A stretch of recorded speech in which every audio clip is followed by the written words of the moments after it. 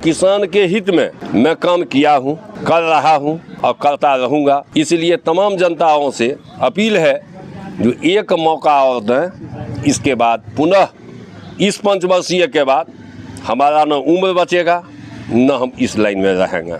से देखा जा रहा है पैक्स जो किसानों के हित के लिए काम करती है, ऐसे में कई लोग नामांकन कर रहे हैं। करमौली पंचायत से अभी नामांकन के बाद अशोकानंद ठाकुर जी हैं, क्या कहेंगे, किस प्रकार से पैक्स किसानों के लिए मददगार है और इनका कार्यकाल जो रहा है कैसा रहा है? उसका सीधा सीधी ये बात समझ लीजिए कि जब से प्रखंड का विभाजन हुआ कलुआही और पंचायत स्तर पर जब पैक्स अध्यक्ष का चुनाव होना शुरू हुआ, तब से लेकर के अभी तक लगातार अशोक ठाकुर ही करमौली पंचायत के अध्यक्ष रहे हैं पैक्स के। पहली बार एक मरतबा इनको इलेक्शन लड़ना पड़ा, बाकी 2 मरतबा ये निर्विरोधी हुए और इस मरतबा भी ऐसा हम लोग आशा करते हैं कि इस बार भी वो अशोक ठाकुर निर्विरोधी हों।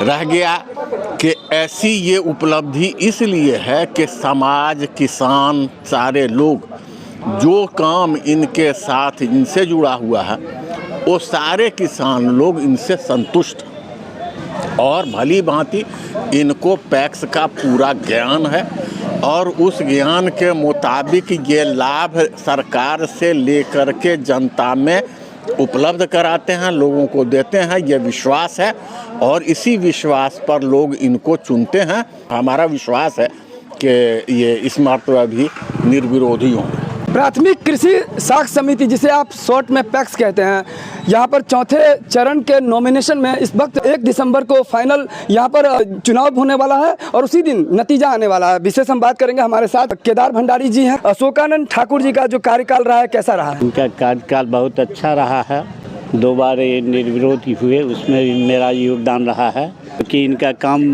काज जो है प्रशंसनीय है। माननीय जिला पदाधिकारी महोदय भी आए थे, इनके कामकाज से संतुष्ट होकर गए।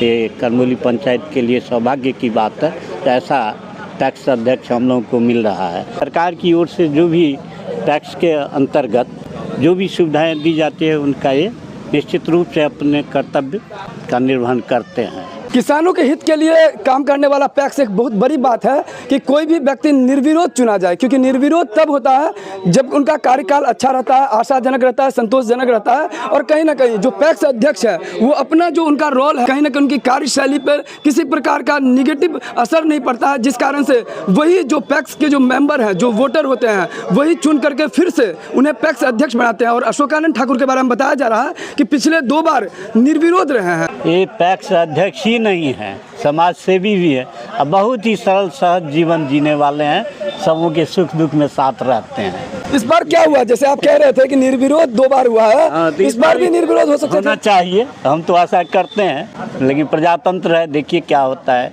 अभी वक्त है। भारत देश जो कि कहीं ना कहीं कृषि प्रधान देश है और बिहार की अगर हम अर्थव्यवस्था की बात करें तो ये कृषि पर आधारित है। ऐसे में एक पैक्स अध्यक्ष का बहुत बड़ा अहम किरदार होता है कि वो किसान के हित के लिए काम करें और हर घर से एक सदस्य होना चाहिए। विशेष हम बात करेंगे, यहाँ हमारे साथ पैक्स अध्यक्ष का नॉमिनेशन करने के बाद 4थी बार फिर से चुनावी मैदान में कूद पड़े हैं अशोकानंद ठाकुर। क्या कहना चाहेंगे, आखिर क्या आवश्यकता थी फिर से आप चुनाव लड़ने आ गए?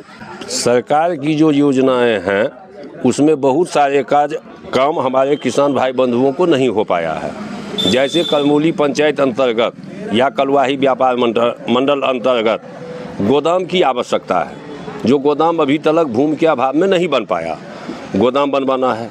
साथ ही किसानों का उचित मूल्य पे सामान लेना और उससे चावल बनवा के देना ये कठिन कार्य है, उसको भी पूरा करते हैं, जिसमें करमौली पंचायत प्रथम स्थान पे पूरे जिला में है, कलुआही व्यापार मंडल प्रथम स्थान पे है। कोशिश मेरा है जो पीडीएस हो या बिहार सरकार की योजनाएं हो, उसको धरातल पे उतार के सही ढंग से उसका काम करना और किसानों के हित में उसको लागू करना, यही मेरा प्राथमिक उद्देश्य है। पैक्स क्या है और ये कैसे कार्य करता है? पैक्स का जो काम है, पैक्स एक स्वावलंबी संस्था है, ये राजनीति फील्ड से कुछ हटके है, ये किसान के हित में, किसान के दृष्टिकोण में ये काम है। इसको अब व्यावहारिक रूप में कोई राजनीति से जोड़ दे तो ये अलग चीज है। क्योंकि भारत प्रधान कृषि प्रधान देश है, तो उसमें किसानों के हित में जो भी काम है कोशिश रहता है मेरा जो हम वो काम करें। जिस प्रकार से लोगों का प्यार और आशीर्वाद आपको मिल रहा जी, है हमेशा की तरह, इस बार जीतने के बाद क्या लग रहा है कि कौन सा ऐसा काम है